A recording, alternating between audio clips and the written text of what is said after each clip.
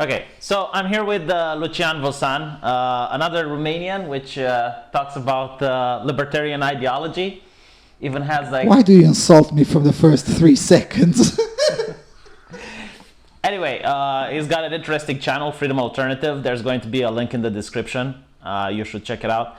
And I think you've been here on my channel before, once or twice. Well, on your channel, I think this is the 3rd time, and the 2nd time in your still not completely renovated apartment. Well, I understand. I'm renovating my own house as well, and it's quite a challenge. Mm-hmm. Even if you're not overly pretentious, it can still be a challenge. So yeah.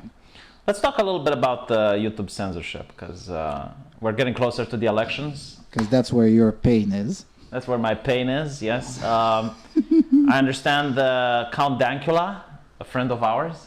Isn't this how the mafia talks? It's like a friend of ours. A collaborator within our services.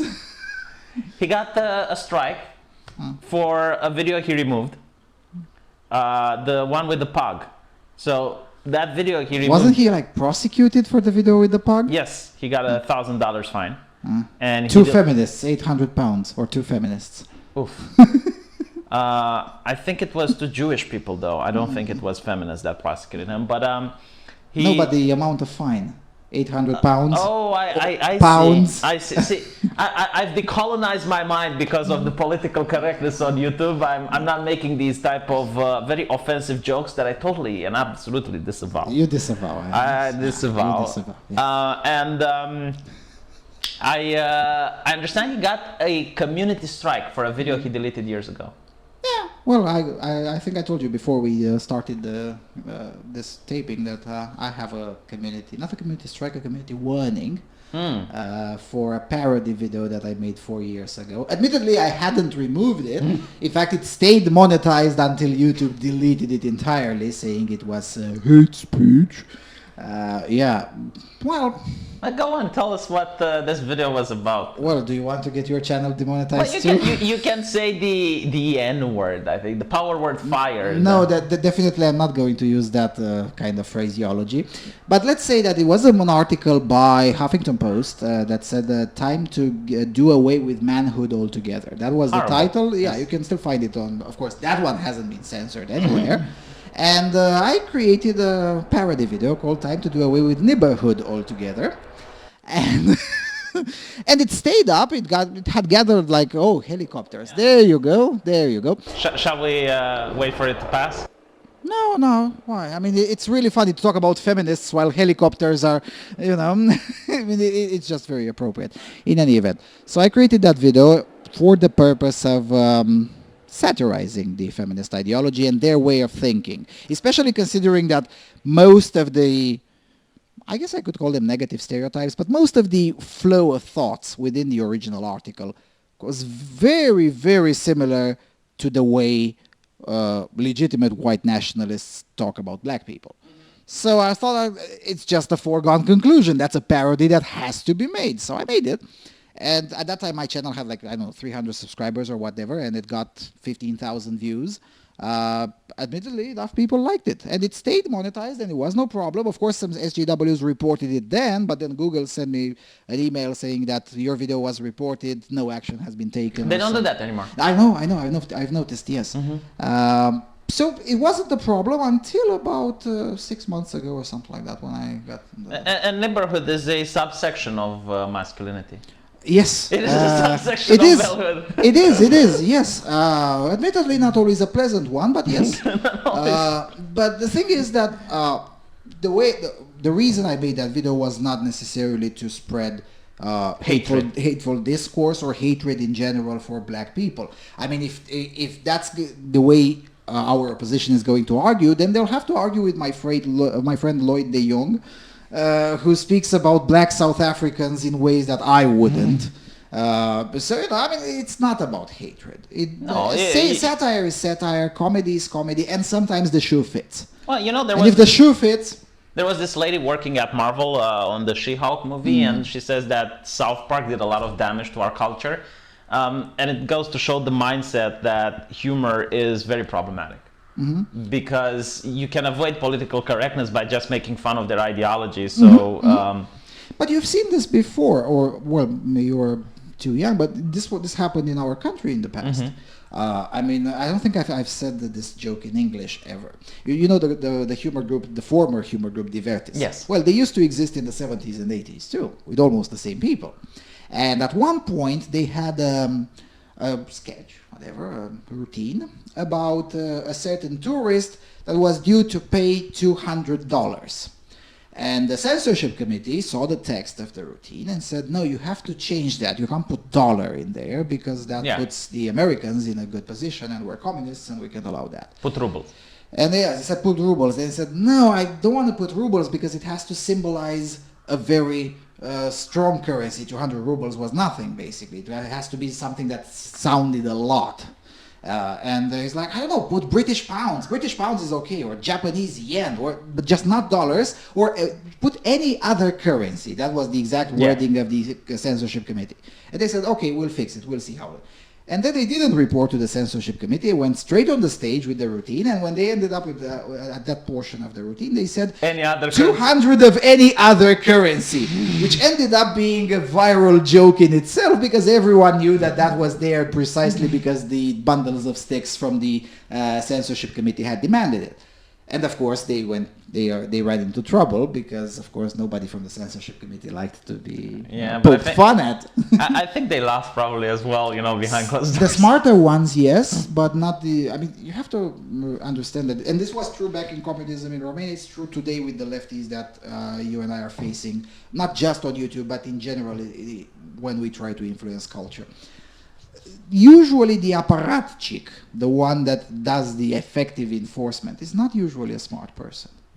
The ideologue who designs the framework, yes, that's usually a smart person, though increasingly less so on the left. I mean, No, I actually agree with you. I spoke with a lot of university professors in my time on YouTube, and they're definitely a lot smarter than the average NPC, as you'd call them. Also, a fun fact, I found out that the NPC meme existed since the 800s. They were called the marionette man. Marionette man, yes. Very interesting. I mean, Niccolo Machiavelli talks about NPCs in his books, and also calls them, I think, the marionette men or the dummies, something like that. It has a special. Yes, of course. Yeah, it's like a person that has his strings being pulled by an strings invisible being pulled hand. and a very limited routine of thoughts and actions, and doesn't know much of anything else. Doesn't have much of a life outside of the written script, outside of the accepted behavior by the one who pulls the strings. Yes. NPC is kind of funny because they get their updates. Yeah. They watch television and they get an update. Specifically, the NPCs of our modern world, they're a bit more sophisticated than the marionette man, because they get the updates. But then again, sometimes their hardware is limited, and once you put some nuance in that update, you can see them going BSOD. So, so that's why I'm not surprised that the censors on YouTube now are trying to go first about comedy, because again they never censor, for instance, my videos on how terrible Russia is. They never censored my videos when I called Justin Trudeau all sorts of names, which could have been a problem. It wasn't a problem. They didn't censor my videos on Milo Yiannopoulos. In fact, German television just contacted me to use portions of it. Things that could legitimately be said that they're spreading hateful ideology. I'm saying that the fabulous bundle of sticks, Milo Yiannopoulos, is just fabulous, and that's, But no, they went for my very few comedy videos, because I don't really do comedy, but when the very few that were comedy, those were the ones that got demonetized and stricken, and... Yeah, but it had the N-word, and I guess, the algorithm could have used the bot to flag that type of... But I have other videos where I have that. But that was in the title, wasn't it? Mm-hmm. Yeah, maybe that was. Yeah, I don't think I have. I don't think I have that specific word in the title in other videos. But still, and again, Count Dankula's video stayed up for what? Several years. He took it down. He took it down like it was deleted from his channel. He took it down. It was deleted from his channel, and he got a strike for a video that was taken down years ago. And then you have Sargon of Akkad, demonetized out of the blue. Yeah, I heard Carl got demonetized. No warning, nothing, just boom. And a lot of people are experiencing the same. I think it's after the lawsuit with, what was the name of that Democrat lady that sued YouTube? And also Prager University. Turns out that YouTube can be bigoted against the right wing. Yes and no. I mean, I've written the court documents. I've read, sorry, the court documents on it, and it's the first. No, not the first case. The first court. It has to be. It can be appealed, and I'm sure Mr. Prager will. And I don't know if you've been following the news, but yes, the first court in California is still solidly far left. But now almost everything upwards from that is solidly not left. I mean, even the Ninth Circuit, which has been solidly liberal since the 70s, as of last week, it no longer is. Yeah, well, I mean, maybe I'll change the frame in a way so everyone can see the kitten as well from very up close. In any event, I'm not convinced that it will stand, the particular verdict. I don't think it will stick on the appeal. But if it will be pretty terrible. Because if that's the case, then, but then again, this is me being, what should I say, I'm broadcasting a bit of wishful thinking here, because I have to say Congress should act, and we all know Congress never acts.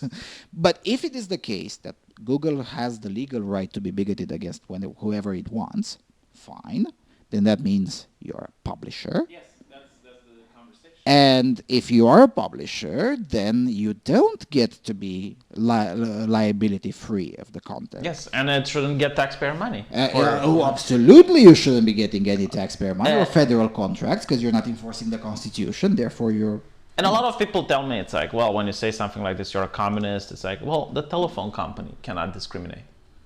And again, the telephone company can, provided that it carries its own infrastructure, doesn't take taxpayers' money, but they do. So therefore, well. Do they discriminate? Like, can they? They don't. But they can do it if they want to, but they choose not to because they aren't. Well, depends on the country, the jurisdiction. Mm-hmm. Yeah. Yeah. Well, okay. Then the electric company can't discriminate. Like the electric company can't say, we're going to take power away from Chess Bank because we do not agree with their way of thinking and their ideology and whatnot. Yeah. So we're not going to provide power to Chess Bank from now on. Like they can't do that. Yeah, well, they can't, although if they really want to, they can. The thing is that, the electric company or the phone company, they make money if you speak over the phone, if you turn on your light. They would be stupid to cut away. Why? You see, you're saying this, but I generally thought about the fact that YouTube doesn't make money off of, doesn't make that much money. Look at it from their perspective. YouTube is not a profitable business. It barely breaks even, and that's very recent. Oh, YouTube, yes, but the AdSense part doesn't. Like, they released the fact that they won like $3 billion in AdSense money. So AdSense revenue. Yes. But how much is that? How much of that is net profit? It's probably not much. Not much. See, I've been thinking about the fact that everywhere you go on the internet right now, it has disabilities on the comment sections. Like all comments are turned off. Disabled, yes. Yes, and I'm thinking like, if I were to go to CNN and I want to troll CNN. Sometimes even CNN turns on their comment sections. Does it? You'd be surprised, yes. Okay. It's not that often, but they do. Yeah. But here's the thing, right? If I want to troll someone in an article and then someone responds to me, yeah, you have to keep on refreshing. Yeah, and I refresh. I get to see the ads again and again, like 4 or 5 clicks. They're losing money by turning comments off. And the reason I think they do it is because they want to influence people, not. Yes, but not just to make money. The thing with most of these businesses, CNN is a good example. New York Times, a former newspaper, is also a good example. These are not businesses meant to create profit. Sure, they are registered as LLC, which technically counts as for-profit corporation. But their purpose was never to turn a profit. Their purpose is to turn an ideological profit, which may or may not mean a financial profit sometime down the line through kickbacks through the Democratic Party. And don't tell me it doesn't happen. I mean, really, it's usually the White House strategists during the Democrat administration become CNN journalists, and then when another Democrat wins, then once again that's how you do kickbacks. I mean, it's just It's very out in the open. I'm mentioning this because there are a lot of people, especially in our country, but also in other places, who they really seem to think that corruption only happens in their neighborhood. No, no, no. Corruption is a human phenomenon, has been with us since forever, and will be with us till the end of time. In any event, that's the way they make their money. They don't make their money through AdSense. I mean, yeah, sure, I guess it's a nice gimmick that they make some shekels out of AdSense, but... And that's how I constructed my own business. I mean, Freedom Alternative Network is not meant to make money off of AdSense on YouTube. Who cares about that? No, no, no. The money is made from consultancy. It's made from other things. That's where the revenue is. So, do you think that this is going to get worse? We're going to see more people getting demonetized, kicked off the platform? I'm surprised it hasn't started already. Because something broke within Google with the James Damore case. The James Damore case broke not necessarily the camel's back, but a certain camel's back got broken a little bit. Because that's when enough of the ideologues within Google realized that when they thought they had full control, and they noticed that they can't even control their own staff. So they're like, well, it's clearly we can't control the thinking of everyone else. Yeah, I think that's the problem, because like the more what he said wasn't that mind blowing. No, of course not. Wasn't It was that perfectly reasonable, very supported by science. Yeah, basically he said, well, the narrative is women don't want to work at Google because there is misogyny in Google, and he's like, well, what if there's another explanation that women don't want to work at Google because they're not passionate the same way as the overwhelming men are? And he didn't say all women, he obviously gave percentages and statistics, and apparently that was a problem. It got the Google CEO to come from his holiday and immediately take action. And I think it's what you're saying is that it showed that they don't have control over their own stuff. Yeah, and that scared them a little bit. Now, I expected a much harsher crackdown, which didn't happen so far. May I suspect it will. It really does depend on the quarterly reports of Mrs. What's her name? Wojcicki? Wojcicki, yes. Yeah, Susan Wojcicki, yes. Because from what I've heard, she's not in a great position because the numbers don't look great. But if she stays as CEO of YouTube, yes, you should expect a lot worse. You think, like, whenever I see her in an interview, she says the things I like to hear as a content creator? Of course she does. Because, the point is to keep the content creators on the platform. Yes. I mean, Jack Dorsey speaks nice when he speaks in interviews, and then you see what happens. Although, admittedly, with Twitter, things might change because recently... Yeah, we're going to go to Twitter and Facebook in a bit. But, I mean, I never heard Susan Wojcicki say something that I would look, oh my God, that's horrible. Every time she speaks out, and she did a couple of interviews. I think the last one was with the gamer guy, and she talked about gaming on YouTube. I think that was like a really good interview. But you're saying, like, behind all of these changes... I'm saying that CEOs, especially of multi-billion corporations, are first and foremost diplomats. I mean, once you get to a certain level as a financial size, almost all corporations become in a way like the state. Very bureaucratic, with certain ways of doing things, with a certain mechanism. With an ideology, loyalty. With an ideology most of the time, not always, but almost always, yes. And the CEO is there basically the main ambassador, the Minister of Foreign Affairs, if you want. And the Minister of Foreign Affairs is usually a very kind diplomat. The Minister of Foreign Affairs of Poland, even though they hate Russia, they don't say to Lavrov, go fuck off, mate. Well, no, but for example, Chairman Powell of Reddit, that is an example of a person... Yeah, but how much did she last? That is a good point, yeah. What happens with the Minister of Foreign Affairs who goes on cursing on other officials? They get sacked. Well, that's what happened with Chairman Powell. Yes. That's why you don't see that. I mean, that's why you should be looking not at the CEO level, because that's at least in terms of public relations, that's a decorative office. You have to look a little bit lower, usually 2 or 3 levels below the CEO, because that's where the ideology is being made. So, if you can know someone from the HR department or at the end of the dev chain, That's where these things get implemented, and that's Diversity officers. diversity officers, which is I just call them all HR because Yeah, no, I love to see if you look at one of these development companies like Blizzard or Google, you'll see like an open office where the developers work 12 hours a day in insufferable conditions, and on top of them are the private offices for the HR, for the marketing team, for the legal team, for the diversity officer. A diversity officer earns more than $150,000 to $300,000 in the United States per year. I was like, what the? You know, like, before taxes, but in California, that's. but it's more than a developer. That's I my point. agree, but again, $300K is not a lot of money in California. And it's also like the fact that the developers are down, and they're replaceable, while these people are at the top in their private offices with air conditioning. Again, in any entity, whether it's a state or a corporation, in any entity that is preoccupied with the moral progress of the community, you will always see this. The ideologues always stay above the worker. This is why it's an insult to tell a journalist to learn to code. Oh yeah. You're basically telling him like go to the bottom of the pyramid. Yes. You're basically telling him be a pro. And then he views himself above it. He's above the code. Yes, and that's something that hasn't happened in history, and I suspect it won't last. By the end of the next decade, we'll see whether I'm right or not, and I suspect I'm right. Hear me out.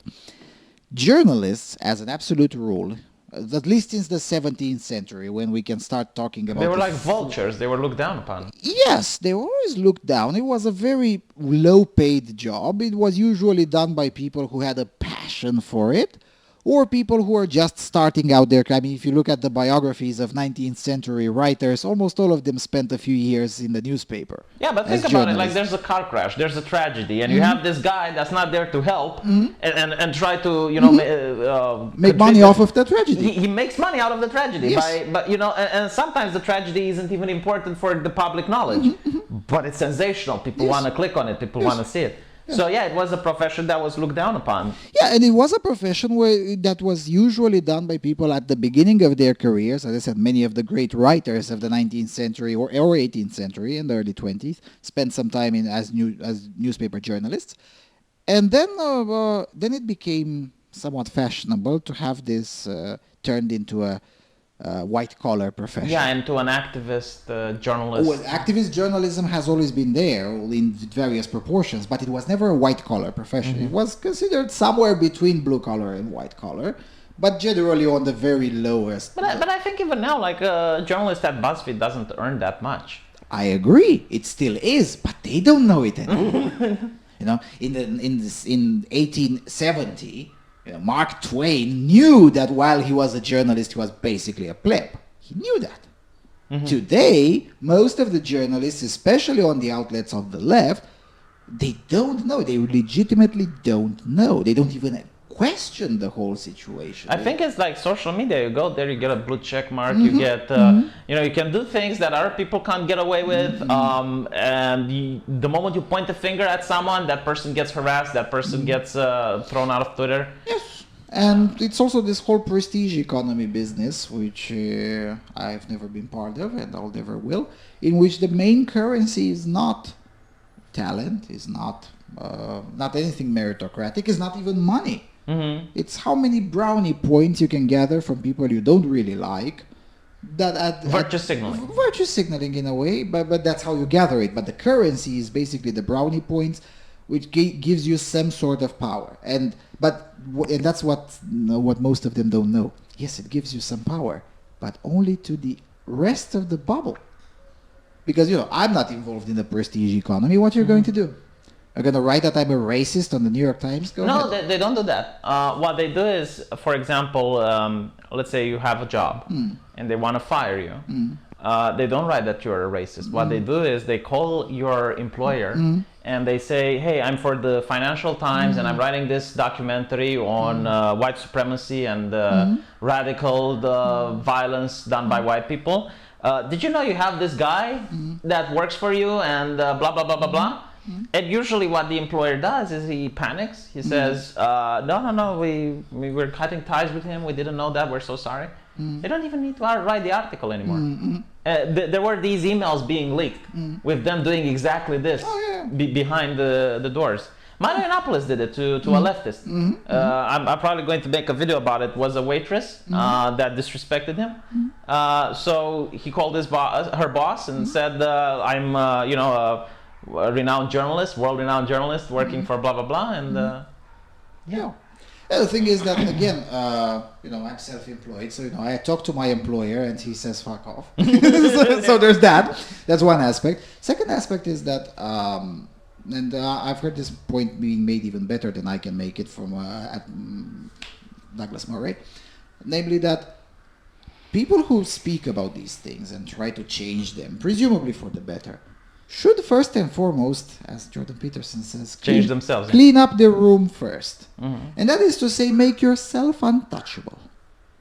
Kind of harder to do that. No, it's not hard. Not everyone can be self-employed. Well, if you can't, then leave the room for someone else. Donate to someone else that does it. Because the thing is that we can't all be activists. We can't all be propagandists. We can't all be this and that. Right now I'm being called to get involved in the campaign for the local elections, and I'm like, guys, look, I can't do graphics. Graphics is not my competence. Get the graphics guy. I'll write the propaganda. That's my competence. Yeah. Sure, I could do the graphics too, but that would make it less competent, and it would swallow time that I should be using creating propaganda, using it for something that I'm not really good at, and everyone loses. Division of labor is a thing. And yeah, sure, if someone can't, then donate to someone that can do it. And I don't know, help someone that can do it. Donate time. I'm not saying necessarily donate time. Donate. Makes sense, yeah. There are other ways to help the cause, although it sounds a bit cultish, but you get my point. Well, it works for the left. Why shouldn't it work for other ideologies? Yes, yeah, sure. Any political party, especially successful political parties, they have to have some cult elements in it.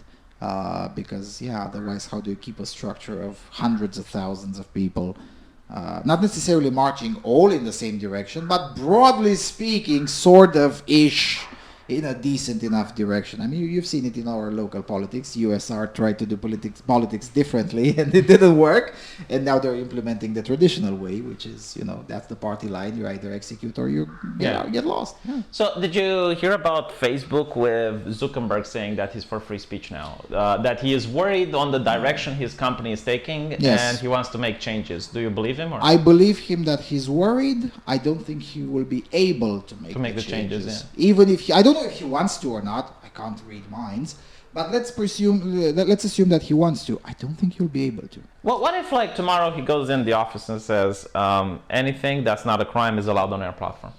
Yeah, sure, he can try that, but good luck convincing all of the teams of paid activists that are infiltrated at all levels of the company to actually abide by that.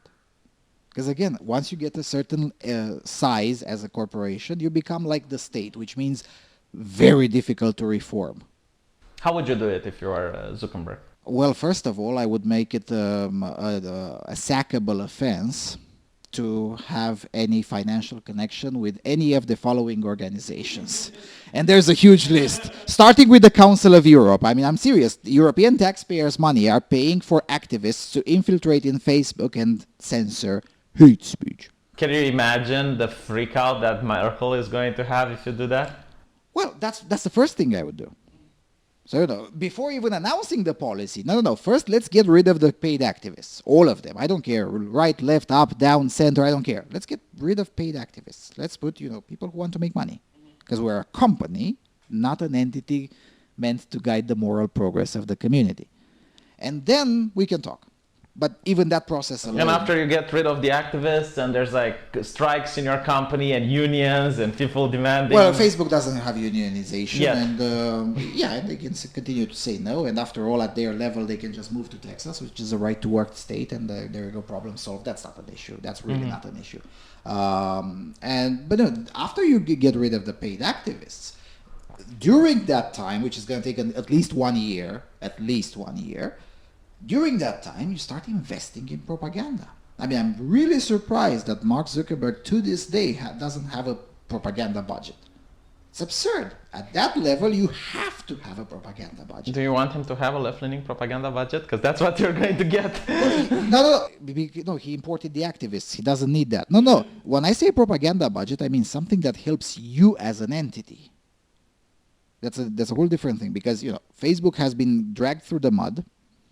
Most of them deservedly so, yes, from a PR perspective, and Facebook did not defend itself. Yeah, like for example, when the Cambridge Analytica scandal popped up, I would be like, yeah, they just looked at the likes of people. Like you are making them public. What is the problem? It's not like they went for your social security number, your address, or anything like that. Like what? Those are less useful in this day and age. Like what they did was they would look at what you would like. And they would use that in order to feed you even more of what they thought you would also like. To tell I think it was Donald Trump, like this is what the people need. This is what they want. What is evil in that? I mean, there's things... It's neither evil nor new. I mean, that's how Obama won in 2008 and in 2012. But I think he didn't use social media to do it. Of course he did. Did he? Look it up. Time magazine reported about the ingenious social media strategy of the Obama campaign. And people didn't freak out then? No, of course not. It was exactly the same thing. Yes, the Cambridge Analytica way of doing things was slightly faster, but then again, it was 8 years later. Computers and more invasive, I guess, in a way, because people didn't know that they're taking part of this. Neither did those subjected to the Democrat brainwashing did. Because again, look it up. Time magazine has a huge report about it, published in 2009. I forget the name of the title, but it basically contains these words: the ingenious social media campaign of the Democrats, and also the invisible voter. These two syntagms are definitely in the article, because it basically says that the genius of the Democrat campaign of 2008 was that they managed to tap into the social medias of the invisible voters, namely the friends of those who are activists in the Democrat Party. And those are people that usually don't vote. So they try to get to those via these already existent networks of Facebook, via friends of friends. It's fascinating. It's exactly the same thing. Everything. Trump did exactly the same thing. Everything Obama did, if Trump copies, it's the worst thing. It's like the worst thing imaginable. It's not just bad, it's evil. Yeah, and so again, it's neither evil nor wrong, nor... Now, sure, you can say, oh, but it's invasive. Sure, but who gave the data to Facebook? Yeah, I mean, what I find interesting is that if 10 years ago you would have had this mass surveillance program that would have access to your vacation photos, that would have access to your friends, your relationship, everyone would riot. But this is consensual and everyone willingly gives it. And I tell well, not everyone, but yeah, significant portions of the populations, yes. I even tell people, make a Facebook account or a social media account for business and one for pleasure. Like the one for business, it should have if you're an engineer, just have engineering papers and you going to engineering conventions, and then have one where you have a nickname and you shitpost. Because a lot of companies are actually checking social media. It's a lot easier to lie in a resume than it's to fake 10 years of social media activity. I would be surprised how easy it is to fake 10 years of social media activity. Most people don't know. I one of them. Facebook even has an API option. You can literally upload 10 years Really? of so, of course. It's not really that complicated. Yeah, but I don't think most people know. Sure. I'm actually considering at some point in the very near future to open a consultancy business where I help people with these kinds of things. Because, their shekels are good, and, you shitposted something 3 years ago and someone found out, let's make that go away permanently. Yeah. By overwriting. Because again, but you can't overwrite in Facebook clouds. Of course I can. Facebook clouds is still just a bunch of computers with hard drives, like any other hard drives anywhere on the planet.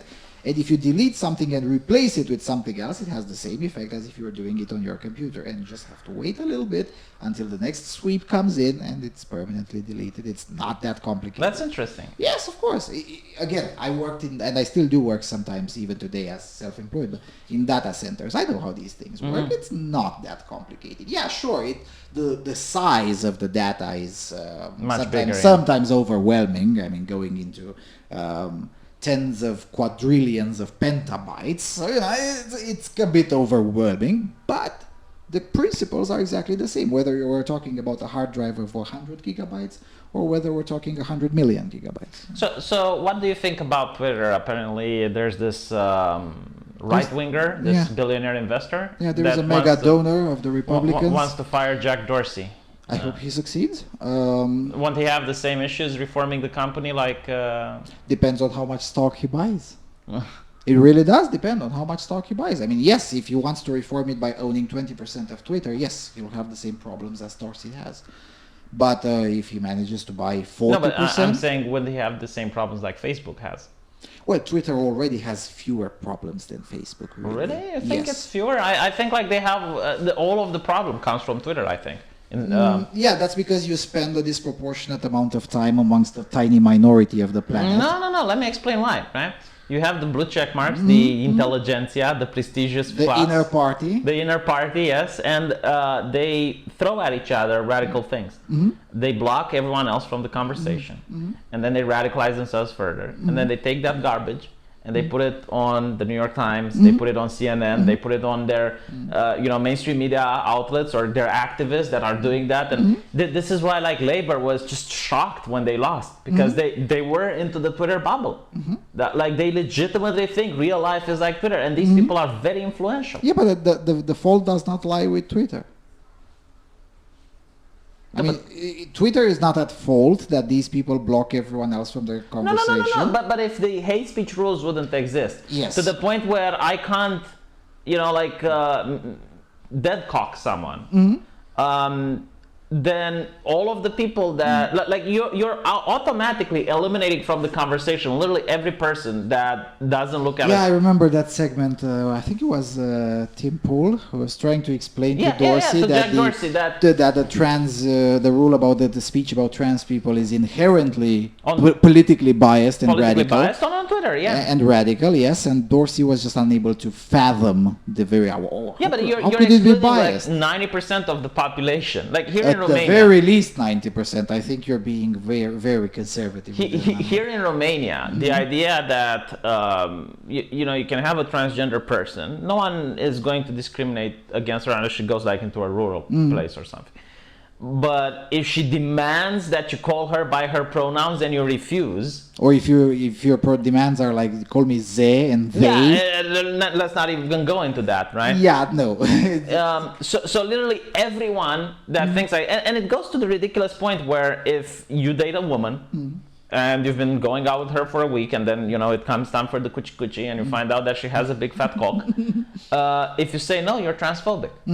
Yeah, it happened in Britain. I think someone was investigated by the police because he said that I'm straight. I'm not having sex with someone that has a penis. Yes. And he was investigated, and it was filed as a non-crime hate incident. A statistic, basically, to say, look how much transgender people suffer. Because you take all these cases together, all these ridiculous cases, and then you create a statistic. Yeah, and everything from this to outright murder, they're all hate incidents. Yes, like they call it a hate incident from actually outright murder, as you said, to someone not wanting to suck the cock, you bigot. Yeah. I even had the video, suck the schlong, you bigot. Yeah, and then wax my balls, you bigot, my feminine balls. No, but the suck the schlong was actually a thing. It was, I think, a porn actress, right? Yeah, that's the case. That was in Britain, yes.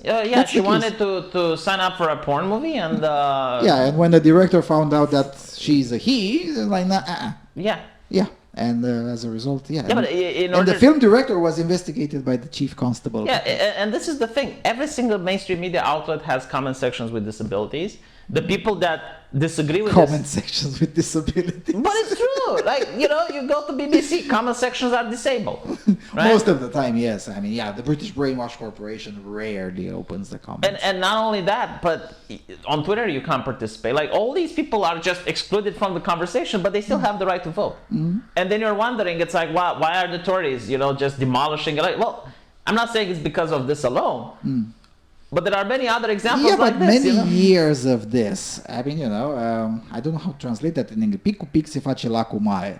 When you keep on pouring things. The Chinese drop, I Yeah, guess. it's a kind of a Chinese, but no, it's more like the law of accumulation. You keep on pouring very small amounts of water into something. Eventually, it becomes a lot of water. The Lake of Tears. Yeah, yes, yeah, I think Lake of Tears. Yeah, that's basically how it is still happening in most, and it's happening here too, although to a much lesser Yeah, extent. I mean, they skip the part where you need to convince people of, like even if you believe that your ideology is 100% true and it's good for humankind, you still have to convince you people. still have to convince people. They enforce it on people. Yeah, It's or like at the very least fool them. I mean, as I think it was Mark Twain who said, whilst you can't fool all the people all of the time, you can still fool some people some of the time, and maybe you get lucky and you fool most of them sometimes.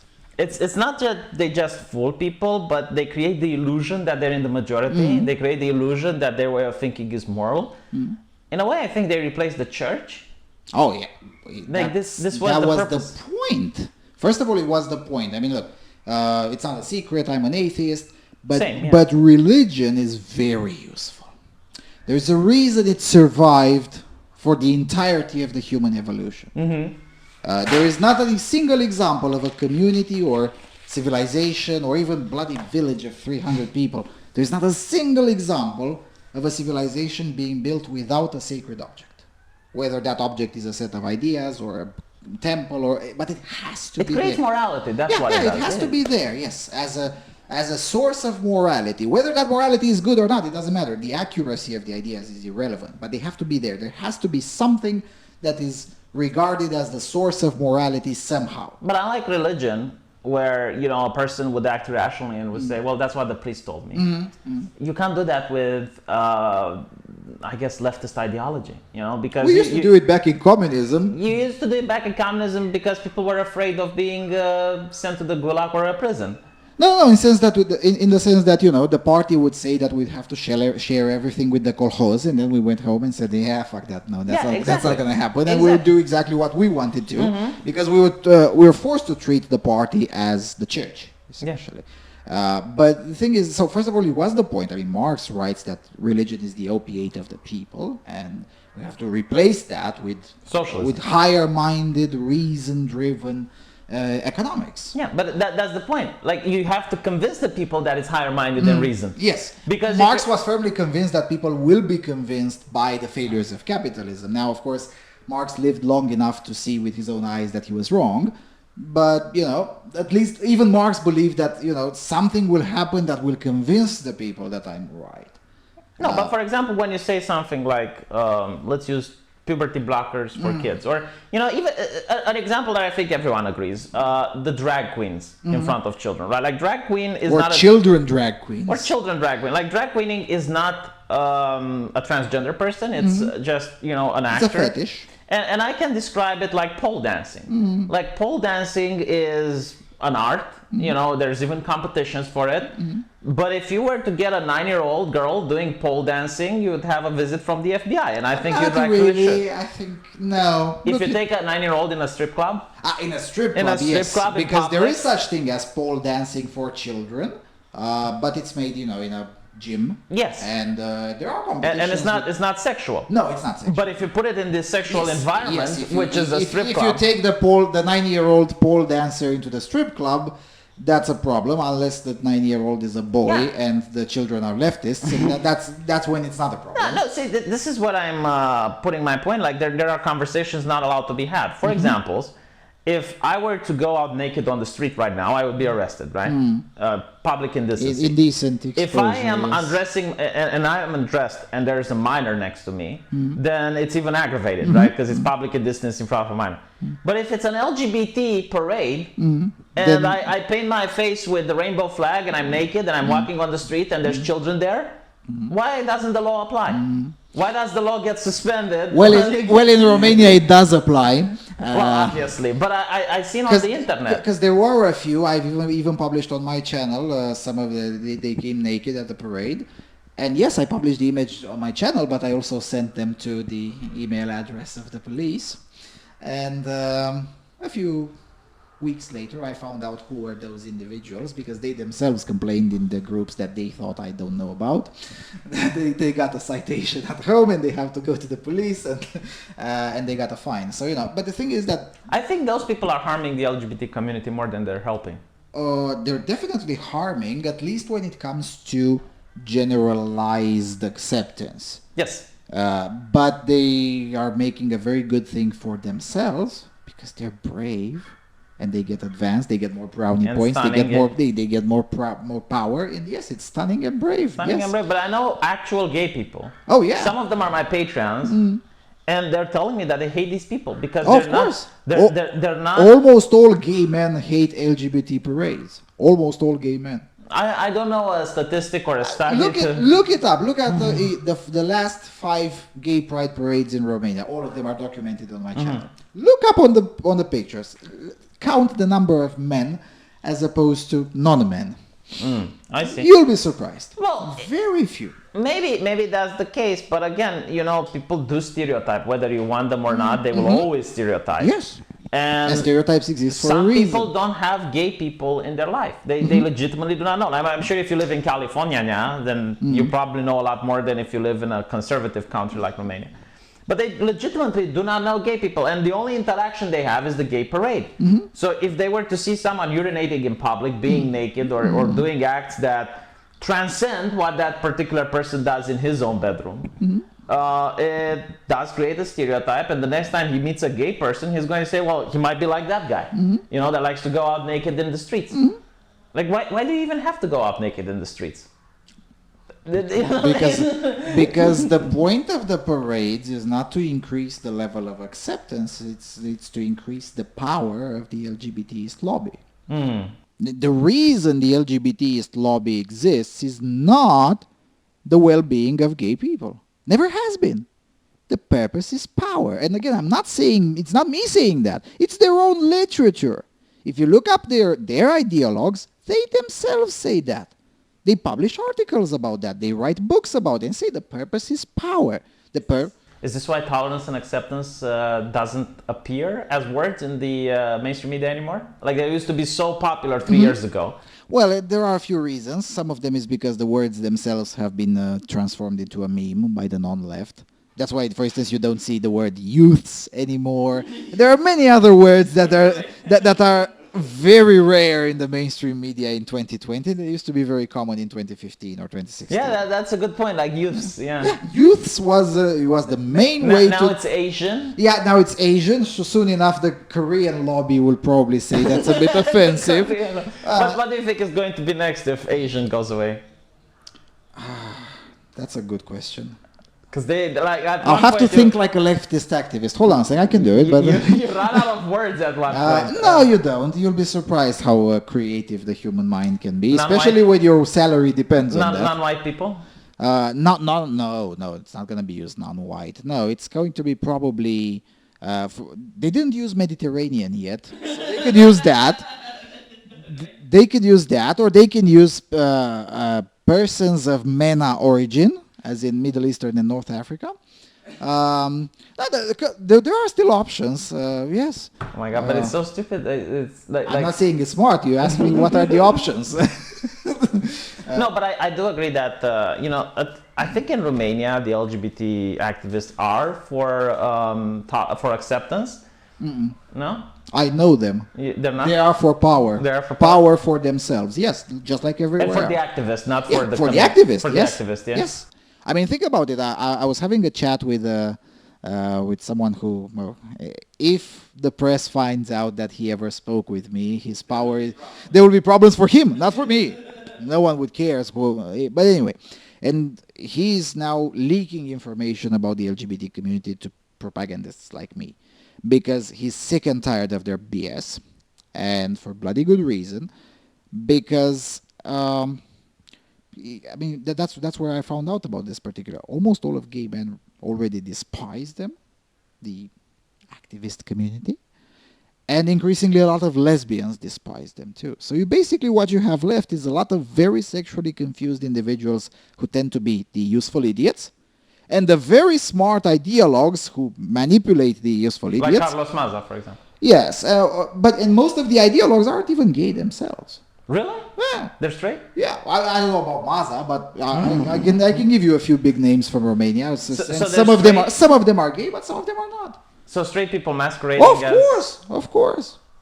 Why would you be so surprised? I mean, you have men masquerading as women, so why would you be surprised that if a straight person would I masquerade don't know, as it's like gay? this level of being so disingenuous and just harming already marginalized people.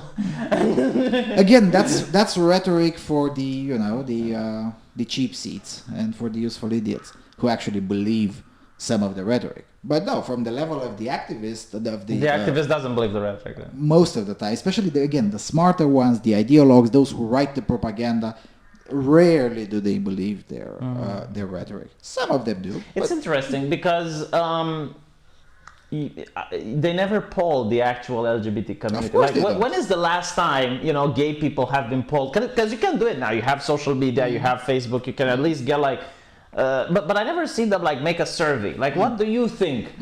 And when you have like these, In the rare cases that it happens, the results tend to be pretty shocking. Yes. Not as in you see about half or even more of them. They're like, who cares about gay marriage? Are you kidding me? Let's have the Islamists stop throwing us off the roofs. That was done in France. Look, another example was the breaking of the LGB from the T. I think it happened in the UK, and they immediately called them hateful. It's like, why do they have to be hateful? It's like transgenderism is not a sexuality. In fact, they make it clear in their ideology that you can be a trans woman that's straight or a trans woman that's a lesbian. So The reason I'm laughing is because the entirety of this was developed by a few friends of mine at a conversation like this one, but without the cameras and a lot more cigarettes than this one. And it was like, what if we can convince these people to fight with each other? Basically turning the tables on them, because that's what they did to conservatives oftentimes, creating division intentionally, so driving the wedge, deepening it. And we're like, hold on a second, we can play that game too. And yes, I'm very glad it's happening, and I hope it's going to happen a lot more often. The smart ideologues who devised the whole LGBT activist community, they deserve a punch in the teeth, in the sense that they deserve to see their own work being shattered by their own tactics. Because who knows, maybe we can get a few of them to defect to our side and I share think us some more there already secrets. are like there conservative gays and. Sure. But those existed since forever. I mean, there were conservative gays in the I noticed? 18th century. You get conservative gays, right? You get conservative lesbians. You get conservative transgenders. You don't get a single conservative non-binary person. Oh, of course, yes. And that's unlikely to happen because conservatives tend to believe in biology, and as a result... No, I think like it's a whole far left-leaning ideology that is being pushed on. I mean, it's completely ideological. It's not something that, like in the transgender thing, it's something psychological. Like you don't identify, or you identify as the opposite gender. But like the non-binary, like I don't even think a Chinese person in China is going to feel non-binary. Yeah, no. In China, this is presumed. Baizu, yeah. It's a Baijuan thing. That's something that the white left believes. I mean, we're smarter than that, and of course they are, because they don't have the white left, and that's inherently smarter. In any event, the thing is that this situation has perpetuated for so long that it gave rise to very weird phenomena that we used to have back in communism. Again, I like to use the parallels with communism because it's almost always identical. Back in communism, I even had the opportunity to study with her for a very short while. We had a teacher. She used to teach. She taught from 1969 until 89. She taught scientific socialism. She was the professor of ideology, and she was the harshest of all. She would always rat you to the Securitate because you had a pack of cigarettes that was of Marlboro and that was haram. And she was the biggest ideologue, always enforcing, always harsh. And then the regime fell. Within 2 months, she reconverted and she retired as a professor of economics and entrepreneurial education and capitalism. This is why I hate these people. And she became a business person after 1990, and she retired wealthy. And I asked. She was the first person to teach me propaganda. And I asked her when I got older, I was like, how did this work? And she was like, well, was that regime. I had to adapt to it because it had to be great for me first. Yeah. And now it's this regime, which I like it better, and in this regime I can do a lot more. Okay, great, but I couldn't do this before 1990, so I had to do what was best available for me. Absolutely. No, there's like... And the parallel today is students, and I've seen this in one of the, I think Loyola University, one of the two in Chicago. Students who privately told me, look, actually my dream is to get married and settle down and have 5 children and whatnot. But in public, he was up there as a non-binary activist, and No, and it was exactly the same thing. There's other examples, like there was this show in the United States where you would switch the mothers from the families. You know, we had similar thing in Romania. And there was like this massive woman, you know, that was like... that is not Christian! You know, she was terrorizing her family with religion ideology. It's like she was the ideologue from the religion perspective, and she was using religion to gain power amongst her peers. Now, apparently, she was at an LGBT march. And she was a very progressive woman, you know? I'm not surprised at all. And you have these people that genuinely like know that this is how they can take advantage in the system. This is what they need to say. This is what they need to do. This is what they need to know. And the moment the wheel turns and there's like a different system, they adapt and they readjust. Absolutely. Just like a lot of the higher officers of the SS and whatnot, they became very good officers in the Stasi. Who cares if it's not that guy with the mustache and it's the other guy with the mustache, and now it's a hammer and sickle instead of an old Hindu symbol? Who cares? This is what happens when you impose ideology on people rather than convince them. You'll get opportunists. You get opportunists who know what to say, know what to do, know how to behave. And the moment the regime changes, they know how to behave in the other regime. Like, they don't care. Yes. You know? Yes. And again, these kinds of people have always been around. But the thing is that they become less important when the regime is based on persuasion. When the regime becomes tyrannical again, that's when those people become important again. If you were to have now the caliphate in Romania, you know, those people would convert. I would convert to Islam. I would convert too, yeah. Of course. I would have a long beard. I would, you know, inshallah. I don't know if I would manage to go to mosque every single week, but... You don't have to, because I'll be friends with the imam, and he'll be writing there, because I'll be writing the propaganda for the imam, and of course he'll be right there that I'm a very devout Muslim. Yeah, absolutely. You go on the street, you shame a couple of people so that you look pious. Of course. And then in the meantime, behind everyone's backs, I would import pork meat because I love pork. I mean, come on, give me a break. I mean, the reason Romanians didn't convert to Islam is when the imam got to the pork part, and it's like, nah. What do you mean no pork? I think, you know, I wouldn't risk it because that's like really dangerous alcohol and pork. I would probably go like, you know. But other than that, like you can... Well, I don't drink alcohol already now, so, you know, that would be easy for me to adapt. But it's like, and this is like what the leftists that I talk on Twitter do not want to understand. The idea that you can have a person that's an opportunist. You know, the moment you talk about the LGBT, they view it like the sanctity of the movement, I guess, like the prestigious class that...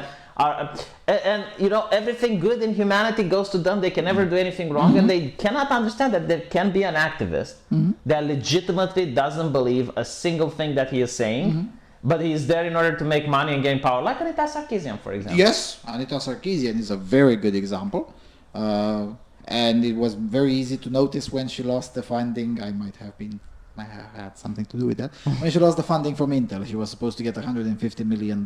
She didn't get it? Nope. The diversity fund just magically disappeared after a few conversations in Israel. What did you do? Well, I'm definitely not answering that question. In any event, the thing is that the funding dried up.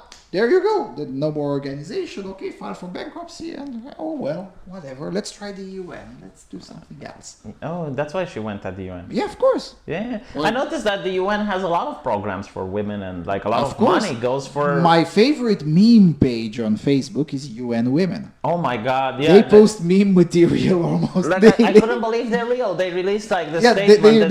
They read like parody, but they're not. They were like, let's replace the word men from other words, and you know, it's like instead of policeman, you should say police officer instead of, you know. And I was like, well, you're called women. Why don't you replace the men and women then? You women. Let them put it. Why is it UN people? Yeah, UN. People, yeah. UN woo people. No, woo but it's people insane. You know, we're laughing, but this is where taxpayer money is going to. Yes. Like you go to work, you work hard, 12 hours a day, and from the sweat of your brow, money is taken away from you and given to this. That's why I buy contraband. I avoid taxes. Because it's not that I ideologically believe that taxation is theft. Yes, taxation is theft, but that's not the reason I go to great lengths to avoid paying most of the taxes. It's because I know how they're used. You're finding legal loopholes. Yeah, I don't want to do that. I don't want to give money to people that want me dead.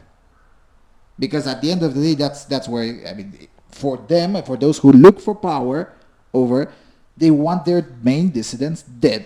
I mean, I would say if you look at, I think there's this black person that it was running the Proud Boys. I didn't look into them. I know they were like a movement.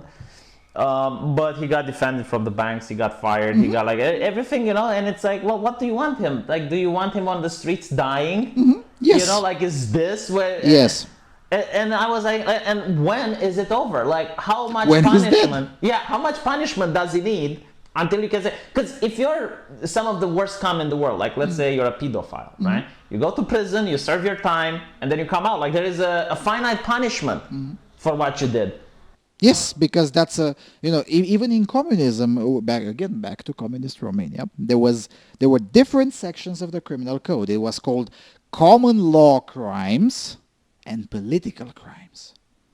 And common law crimes, yes, pedophilia, murder, theft, whatever, you know, most of that body of law had been inherited from the capitalist period. It was kept mostly the same, sometimes with the punishments lower than in the capitalist, yes.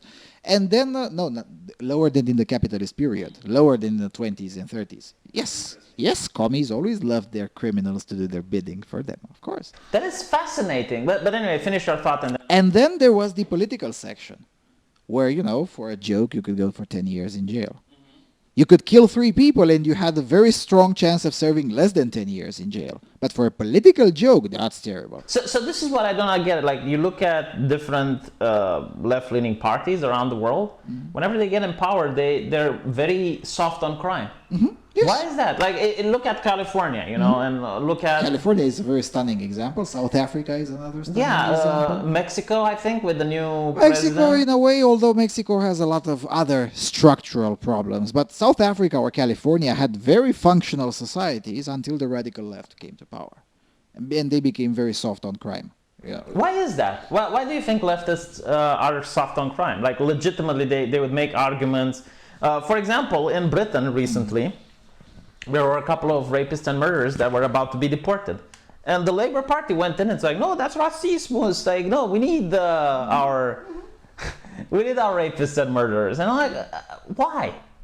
What? Like, clearly they must know that the overwhelming amount of population notices what's going on. They're not that stupid. Yes. But then again, you have to go back to the writings of Engels to a certain extent. And then a little bit later on, Gramsci also wrote about this. Again, it's not a new idea. And it's very entrenched in almost all forms of leftism. Stalin was the exception. Stalin was one of the very few leftists in history who did not believe that. Quite the opposite. Stalin had a very harsh view. That every criminal is a victim of consequences? Or not just that. That's part of the reason. But no. The thing is that fundamentally, any leftist who looks for power knows that he or she will need enforcers for their policies. Who's going to be the most likely to volunteer to be the enforcer of the dregs of the society, who also you personally made sure they suffer less consequences or no consequences for their mischiefs. Those are the most likely, the very easiest to recruit to be your enforcer. You think this is the Islamophilia that we notice? because it's not. Well, the Islamophilia It's is not a- just is a- acceptance, you Yes. know. It goes beyond that to the point where Yeah, you were very nothing precise. negative. Islamophilia. Yeah, that's And an accurate like way. what to- I noticed, like back in the day, like 10 years ago, you weren't allowed to stereotype a Muslim, which is okay, you know. You I couldn't disagree. say- It should be Well, very you okay. couldn't say every It's single Muslim- absolutely halal to stereotype Muslims. Well, you know, like it wasn't polite to say just because you see a Muslim person that he's going to blow someone up, you know, just by the fact that he's Muslim. Yeah, but That- I'm blown away at the sight of the Muslim. I mean, come All on. right, but like that was the political correctness then. However, you could have jokes like Ahmed the terrorist, and you know, you had all these memes that were acceptable. And then there was the Ahmed, the clock boy.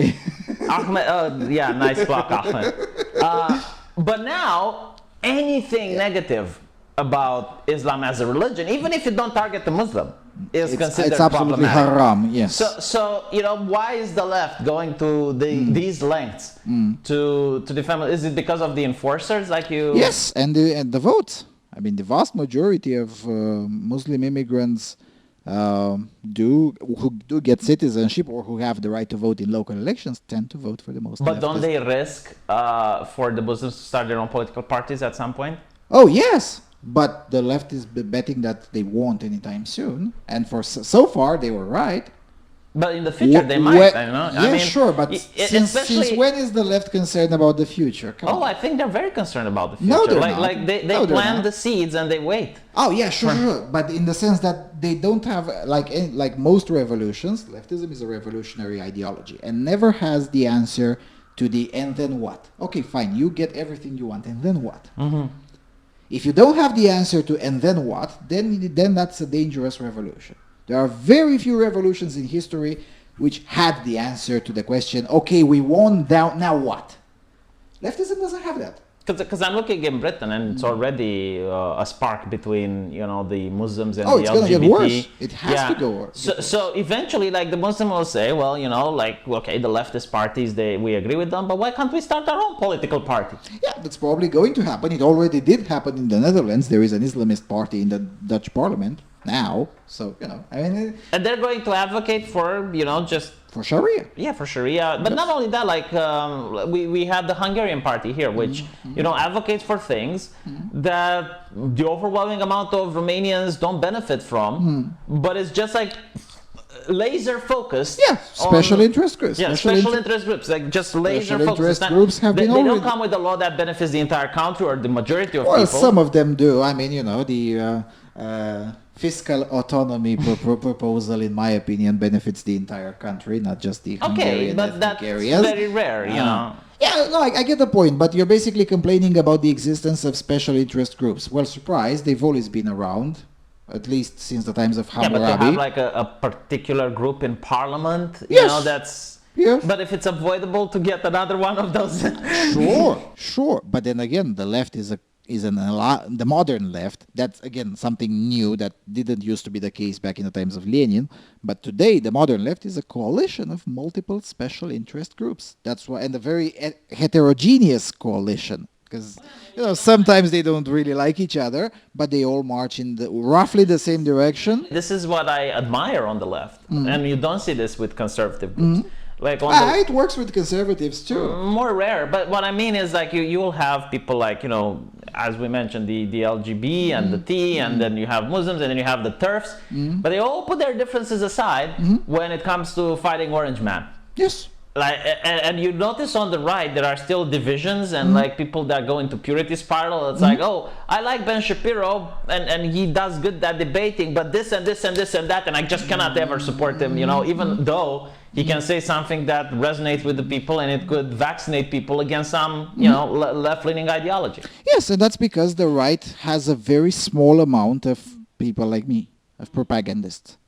There are quite a lot of them as number, but as a proportion, the right doesn't have enough propagandists to successfully create, first of all, the internal narrative to keep the right somewhat right, and then the external narrative to help fight the conflict. So that's why the conflict has to be fought, and will always be the case. Not always, but definitely at least for another decade or two. The conflict will have to stay asymmetrical. You know, 10 of us versus 1,000 of them. I think Because we just don't have the personnel. I think the biggest win that the left had, and maybe this is a conspiracy theory a little bit, the replacement of the Pope with a very socialist Pope. Yeah, although I'm not convinced that they necessarily intended that. I don't think they had the strength to do it. It's just that Francis personally had built a lot of relations in the communist world and slowly got a lot of friends. And I don't think it was necessarily, I mean, he wanted to become a pope first. I don't think he was elected by... Well, let's look at what happened, right? You had the first pontiff, and they're usually elected for life, right? And this guy just quits. No reason. He's still in. The resignation of Ratzinger is something that maybe our grandchildren will find out why.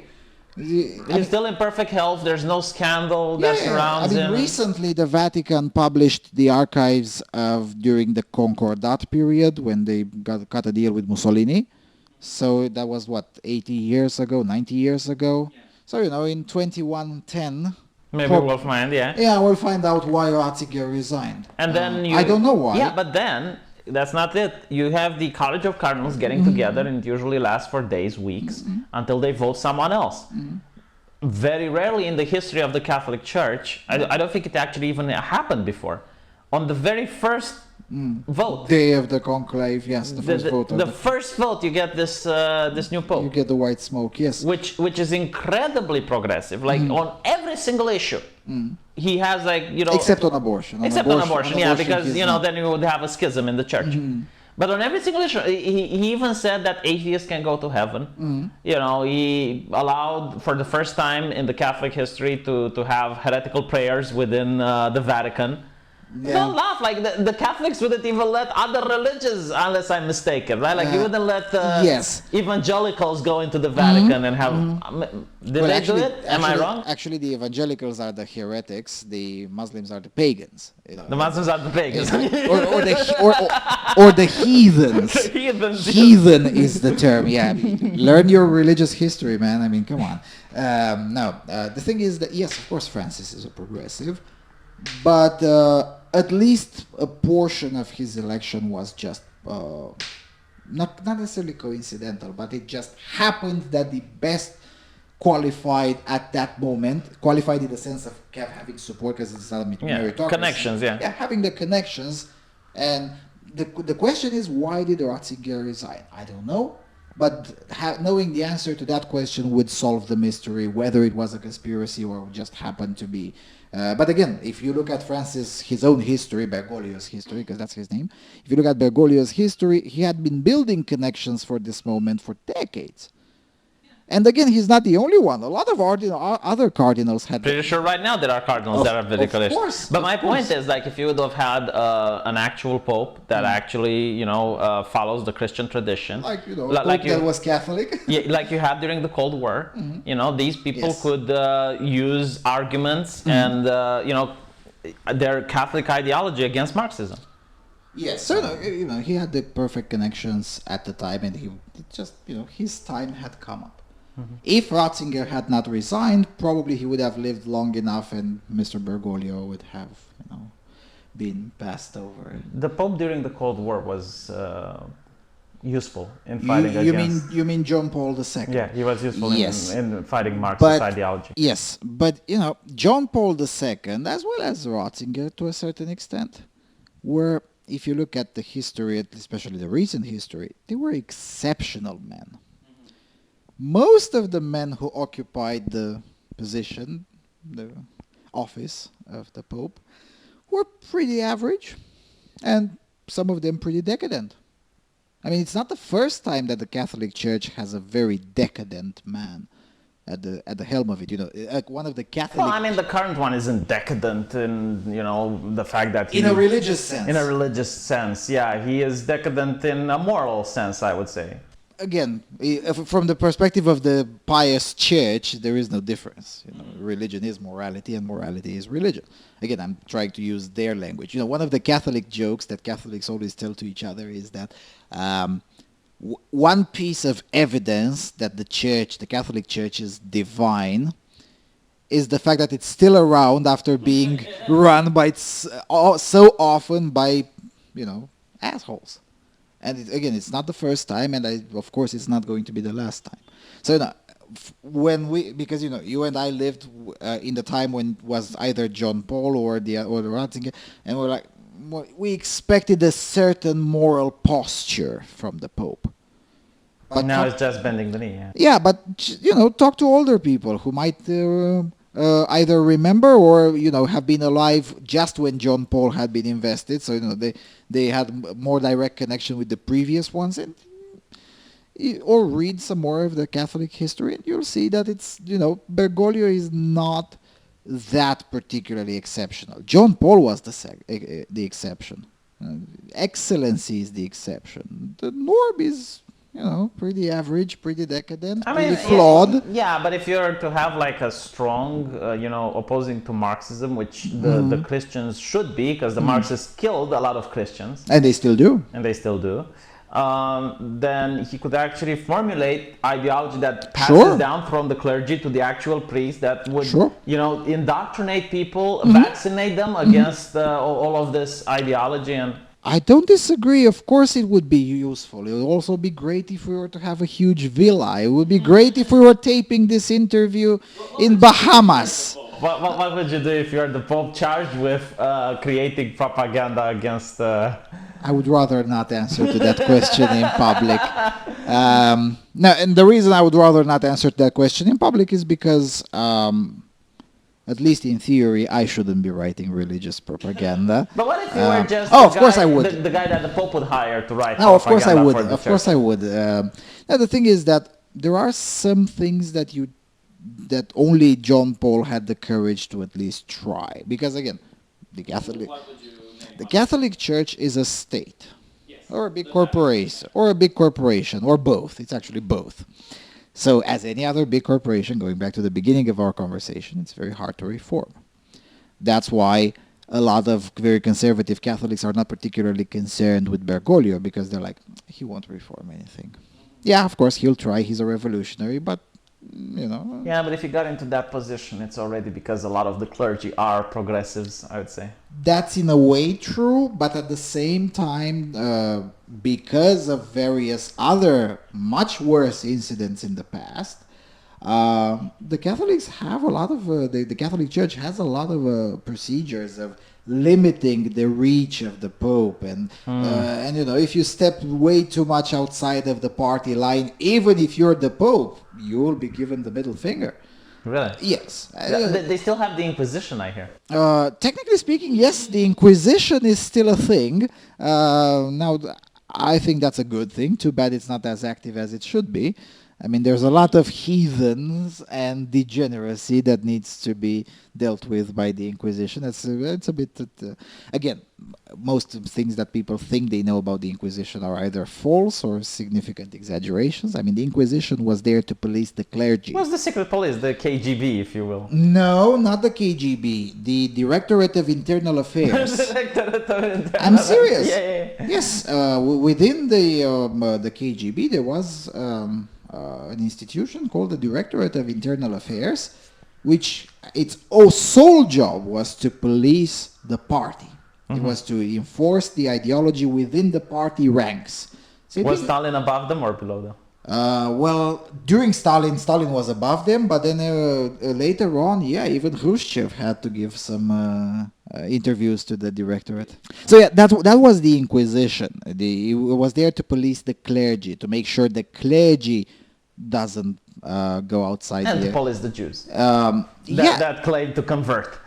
Yes, again, it was policing new converts, not just Jews, Muslims too, new converts and the clergy, because the church had made the calculation, which, looking in retrospect, they had a point, that just as many people made fake conversions to Islam in order to get benefits during the Islamic regime, why wouldn't they do it backwardly too? And, the church made the calculation that maybe we should be policing that a little bit. At Yeah, least why aren't they eating pork? Why aren't Yeah, they drinking alcohol? let's see a little bit, at least for a generation. Let our new regime cement or get re-cemented, and then we'll be fine. And, now looking from, hundreds of years later, the church kind of... So back to the first point. And I guess we can end this... And then we can go for the this one on your channel. tumultuous. Yeah, there's going to be a part 2 on your channel. Inshallah. Do you think there's going to be a great purge on YouTube? Like, who do you think is going to be purged? Depends on what you mean by great. I mean, people have been purged on YouTube since forever. Yes. And they... Well, an acceleration in the purging, that is. I mean, back in the day, it would have been unfathomable to think of a channel with 1 million subscribers to be just banned, and now you have Alex Jones. I think you had what was that guy? I think he was a white nationalist, but I'm not entirely sure. He had like also around 1 million. The one with white nationalist. Alsop, maybe James Alsop, was he the one that? I again like white nationalist with 1 million subscribers. I would have known that. No, I don't think so. Okay. Well, there were a lot of channels that had wrong thing. And they were reaching big numbers. I don't want to give names because I'm not entirely familiar. It's usually I didn't watch them, but I would hear on Twitter. It's this guy. You would have heard of them. Yeah, and on Twitter people would say, well, this guy was a white nationalist and he got. A white nationalist with 1 million subscribers, I would have known about that. Probably that individual was not a white nationalist. No, I'm perfectly sure you're right. Like the term is being thrown around quite loosely. Yes, I mean, you failed to say something bad about white people today, then you must be a white nationalist. That's really the standard today. That's why I'm like, who cares? For instance, I still get a lot of comments on my video about black propaganda, which has nothing to do with race. It's the concept of black propaganda. Yeah, lying that your opposition said something. Yes, and usually the first 10 comments are like, I came here expecting racist stuff, and I found out something a lot more interesting, and I'm like, just because someone uses the word black doesn't mean it's always about race. And that's the thing.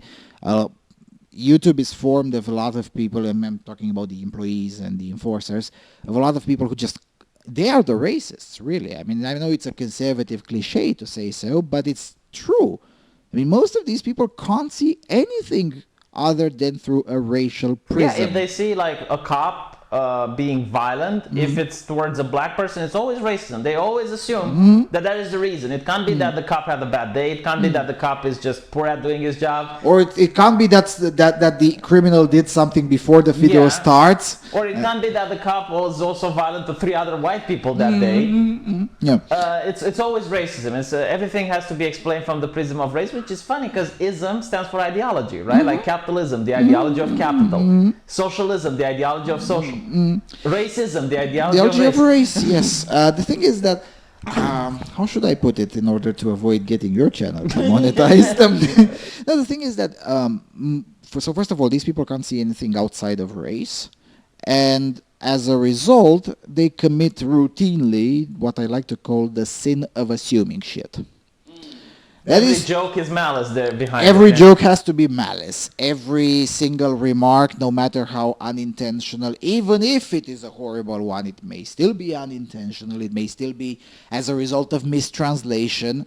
It happens very rare to me when I speak English, but it happens to me a lot when I speak Swedish, where sometimes it's just the result of mistranslation. I rarely speak Swedish, and when I do, sometimes I make some... That BBC anchor, or wasn't the BBC, that British anchor which quoted Shakespeare to a black man, that's racism. Yeah, okay, that's full honk, honk. Yeah, but he quoted the same thing to a white guy. Yeah. Yeah, but then again, the white guy is supposed to tolerate because, potato and power plus privilege. Isn't that and actual white supremacy? Of like course. white people are built of a better stock that can handle banter and humor yeah, well. I have a friend, a Canadian friend of Iranian origin, who says that the Democratic Party and the modern left is basically white supremacy with a guilty conscience. Yeah, a lot of people say and that. in a way it's true. In a way it is true, because they assume a lot of very racist stuff that I would never assume. True. And it's getting worse in a way. They're getting into their own purity spiral. I mean, I was analyzing a few days ago, just published on the channel, the propaganda by a very top-tier propagandist by the left, of the left, Mrs. Ann Applebaum, very top-tier leftist propagandist, globalist propagandist, actually not leftist, globalist propagandist. And she would say that, oh yeah, of course the right did this convention because they craved the legitimacy that their American and Israeli friends can give to them. And I'm like, I'm sorry, what? That's something that I expect to read in Daily Stormer, not on the pages of the Atlantic. Hofstadt always says things that you expect to read in the Daily Stormer. Yes. He actually said like he wants to protect European culture from Silicon Valley. And I'm like, well, isn't that like the idea of European culture something that Richard Spencer constantly talks about? Like, yeah, and the thing is that I trust Silicon Valley more than Guy Verhofstadt. Thank you very Absolutely, much. yes. I despise Silicon Valley, but I don't despise them as much as Guy Verhofstadt or the EU in general. Because, you know, what's the worst that Silicon Valley can do? Yeah, maybe they can make me lose a few $100. Yeah, I'll be fine. But, you know, Guy Verhofstadt, just because he breathes, makes me lose a few $1,000s a year. And that's not the end of it, you know. Well, Brexit is all on him, you know, like the fact that if we're not going to get a good deal with Britain, it's his fault. Yes, and I hope he stays as aggressive and as obnoxious as possible, so he won't be getting a good deal and gets a terrible deal with Britain, because that means Britain will be able to flourish outside the EU and will serve as an example for the rest of us, and hopefully by the end of the next decade we can crash this baby where it deserves. But anyway, going back to YouTube, so you view that there's going to be more demonetizations, more... Demonetizations will probably happen a little bit more. As for outright purges, I don't know. I mean, I could speculate, but I don't know. I have no way of knowing yet. I was telling you before we started that as of this moment right now, I don't have a direct source of information. I'm usually well informed, but this is not an issue where I'm... But if I were to speculate, I think demonetizations will continue. As for purging entire channels, well, they kind of purged everyone that was very harsh. Or out there, let's put it this way. Yeah, and now they're going to the moderates, aren't they? Yeah, and now they'll have to start purging the moderates, which... And the leftists. And leftists, yes. I mean, you know, Tim Pool is a leftist, and he gets demonetized routinely, some of his videos. And mainstream media gets promoted. I think it's the rebirth of the mainstream media. I even made a video. Well, at least they try. We'll see whether it will work. Like their ratings were going down and now they're going up. People are watching more of CNN or Fox For News. a while, yes. But then again, if you look at it on the 10-year trend, it's just a tiny blip upwards.